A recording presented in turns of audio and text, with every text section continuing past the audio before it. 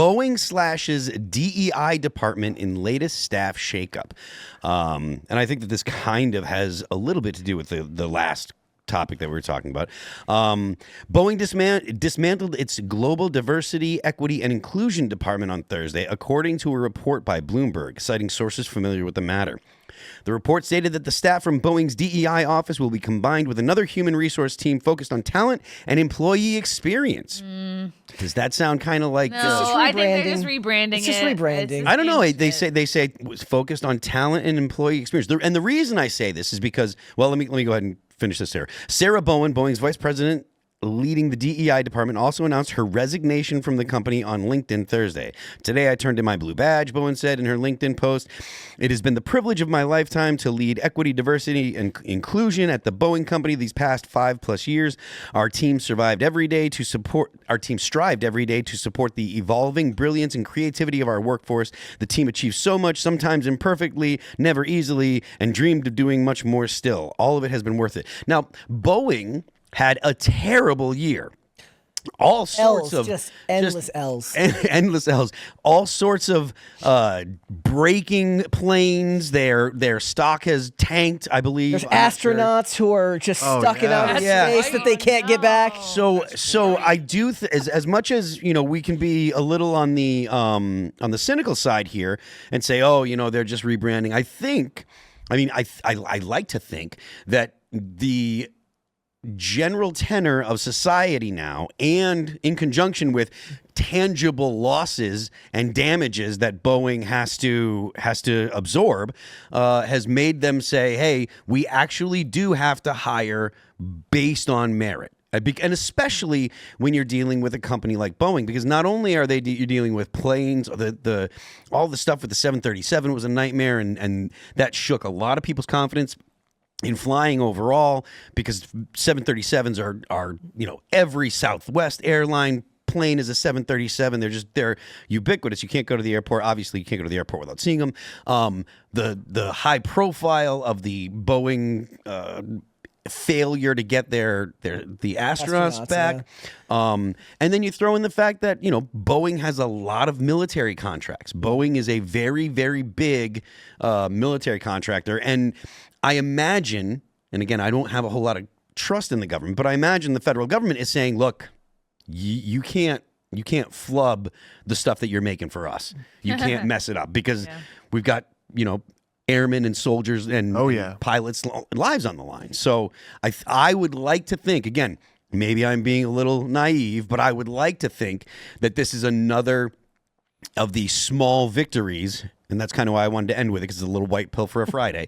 Another small victory for team sanity. Only took a bunch of planes going down. Yeah. But thankfully were there deaths? I don't know that a lot of people died, but I know there were injuries. When you talk about, we talk about this on PCC all the time about the idea of meritocracy in art and entertainment.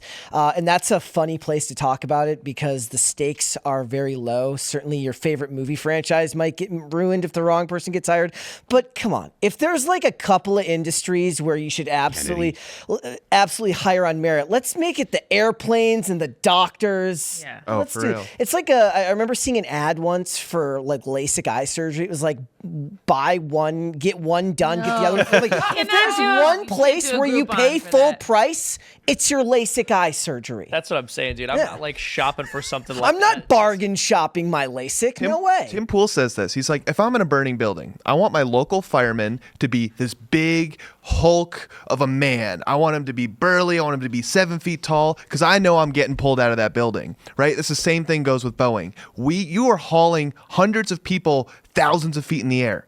We need the best possible person to be flying those planes, to be working on those planes, to be repairing them. Every single part of an airport needs to have the best people in those jobs. I mean, raise your hand if you don't take a little look into the cockpit to see if you can see two white elbows sticking out.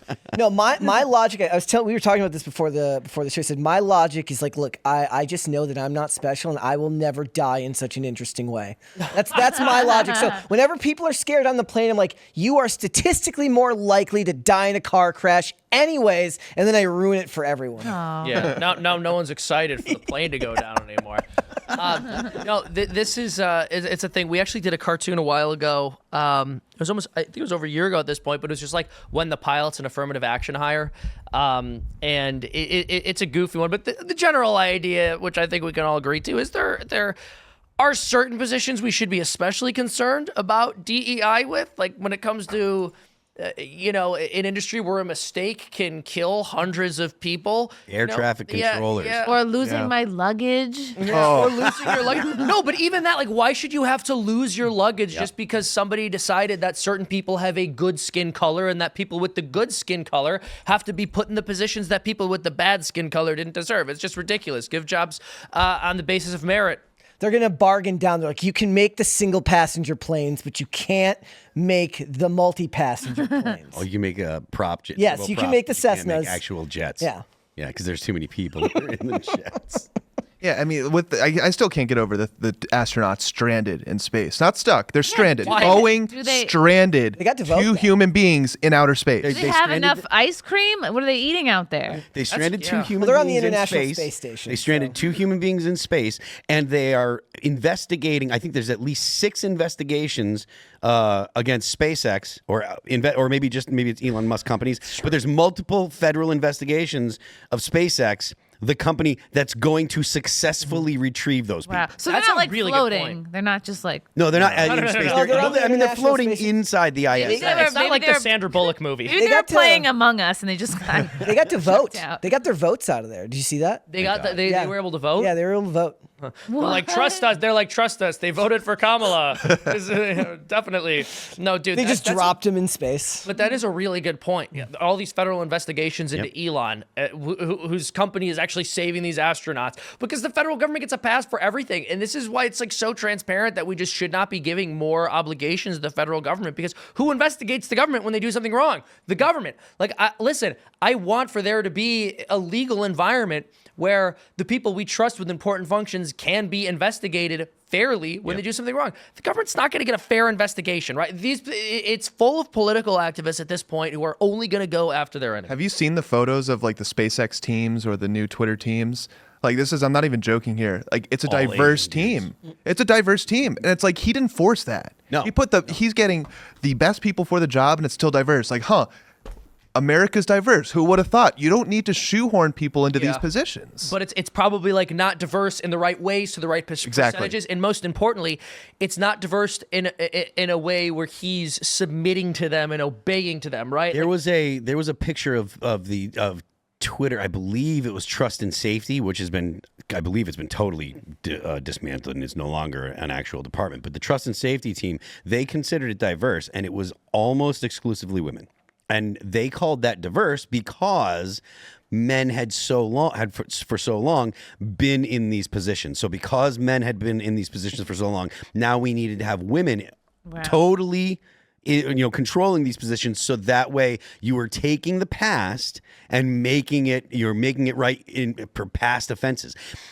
That's not diverse. Yeah. That's not diverse at all. Take that, men. And it's also a terrible idea because clearly it was not beneficial to X or to, honestly, to any company. Well, so I remember when Black Panther was being made, there was a post from some publication, and it was a picture of the cast, and they were all black, and it was like the most diverse cast in film history. I'm like, what do you think the word diverse means? Like, what do you think that means? Well, I mean, they're saying the quiet part out loud. Yeah, It exactly. means Which not diversity means no not- white people. Exactly. Yeah. No white people. That's right. I mean, it is a terrible development that this has become the situation where the safety of people in airplanes it comes second to the safety of the feelings of people that would be, I don't know, reading an article about who works at a place, or the feelings of people that apply for a job. I mean, again, we said this, but the people that are flying planes, particularly the people that are working in air traffic control, that, if I understand correctly, that is a really, really stressful and difficult job. But those people should be the best of the best. They should be clearly qualified. I don't want someone that got through by the skin of their teeth. I don't want someone that, is second best. If there's someone that's better at the job, then they should have the job. There shouldn't be any kind of there shouldn't be anything other than the best and people that are clearly qualified. And to do anything else is not just doing a disservice to the people that are actually qualified, but you're putting lives on the line. We got to this point because of NPC behavior, right? Boeing saw all these other companies, and it's like, oh, it's okay if Target has a DEI program. But when you keep going up the chain and it gets to Boeing, where real lives are at risk, like that's the issue. That's the issue. And just like you said, Tim, I'm just going to kind of like reiterate what you said. The best, it should not be controversial. The best people should be in the job, especially when human lives are at risk. Or you risk destroying this whole industry of race hustlers who are various consultants, and they work for universities. The consultant class is the ones that need to be abolished more than anything. And it also does a disservice to those that fall into those jobs that were already diverse, right? Like, so the ones who are good at their jobs, who got there on merit, are now second guessed, and that's not good for anybody because that fosters bad relationships between human beings. Thanks for checking out this clip from Timcast IRL. Make sure to watch the show live Monday through Friday at 8 p.m. Subscribe to this channel, and we will see you all there.